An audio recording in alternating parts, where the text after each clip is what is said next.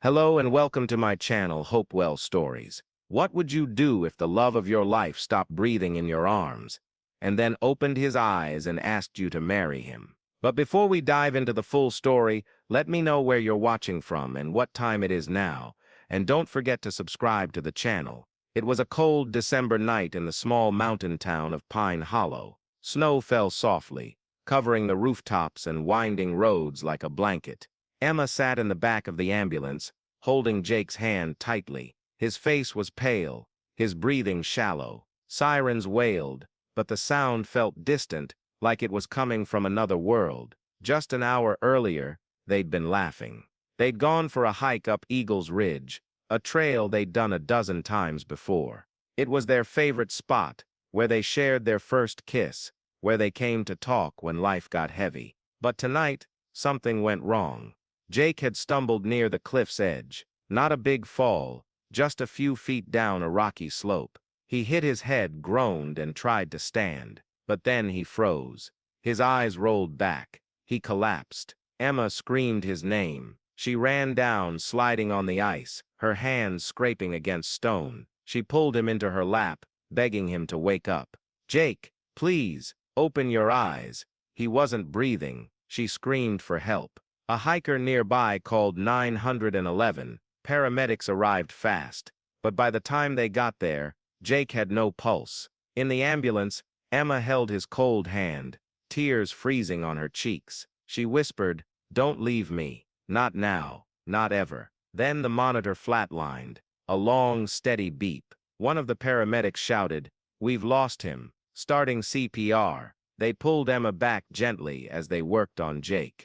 Chest compressions, oxygen, drugs. Emma watched, numb. Her heart pounded like a drum. This couldn't be real. Jake couldn't be gone. He was only 19, strong, healthy. He'd just texted her a joke 5 minutes before he fell. But the truth hit her like ice water. He was gone. She buried her face in her hands and sobbed. Then, silence. The paramedics stopped. The ambulance slowed to a stop at the edge of the road. One of them turned to Emma, his voice soft. "I'm so sorry. We did everything we could." Emma nodded. Broken. She leaned over Jake's body and kissed his forehead. "I love you. She whispered. Always."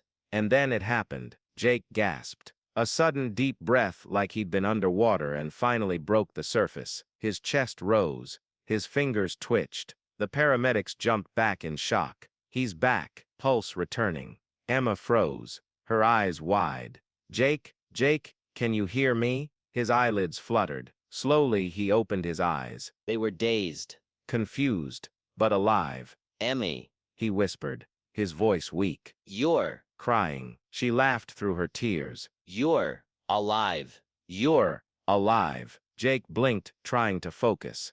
He looked around. "What happened?" "You stopped breathing," one of the paramedics said. "You were gone for over 4 minutes." Jake frowned. "Gone." Emma held his hand tighter. "You died, Jake. You died in my arms." He stared at her. Then, slowly, a smile spread across his face. "P.T." He reached into his jacket pocket, his fingers trembling, and pulled out a small velvet box. Emma's breath caught. Jake looked into her eyes.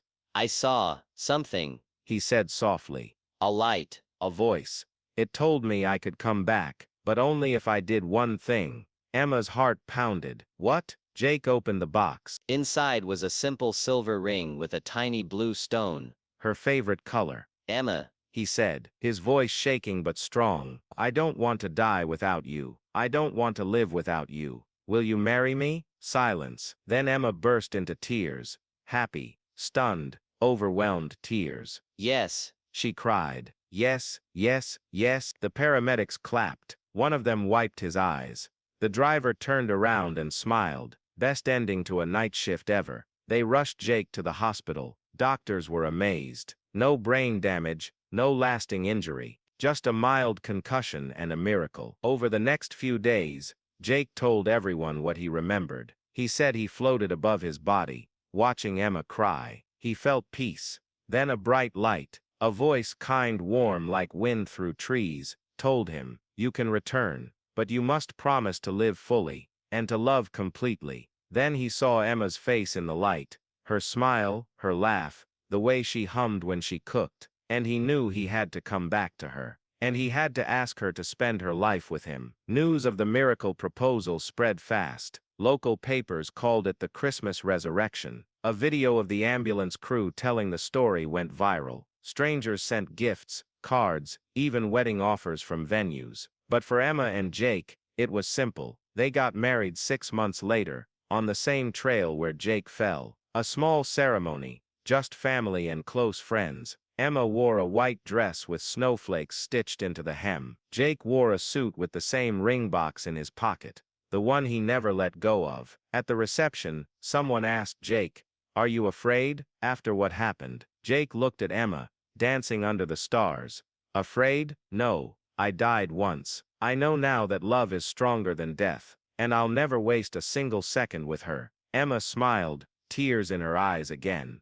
"And I'll never let go of his hand again." Years later, they still visit Eagles Ridge every December. They leave a small stone with 2 names carved into it, Emma and Jake, right where he fell. People say it's cold up there, but they say the stone is always warm. The payoff. So here's the question: what if death isn't the end, but a doorway to a deeper kind of love? Would you take the chance to say, "I love you" one more time? Would you propose even if the world said it was too soon? Jake did. And because he did, he got a second chance at life, and at love. If this story moved you, share it with someone you love. Tell them how you feel. Don't wait. And if you want more real, emotional, unbelievable love stories, hit follow. Because sometimes the most impossible things are true. Thank you so much for watching.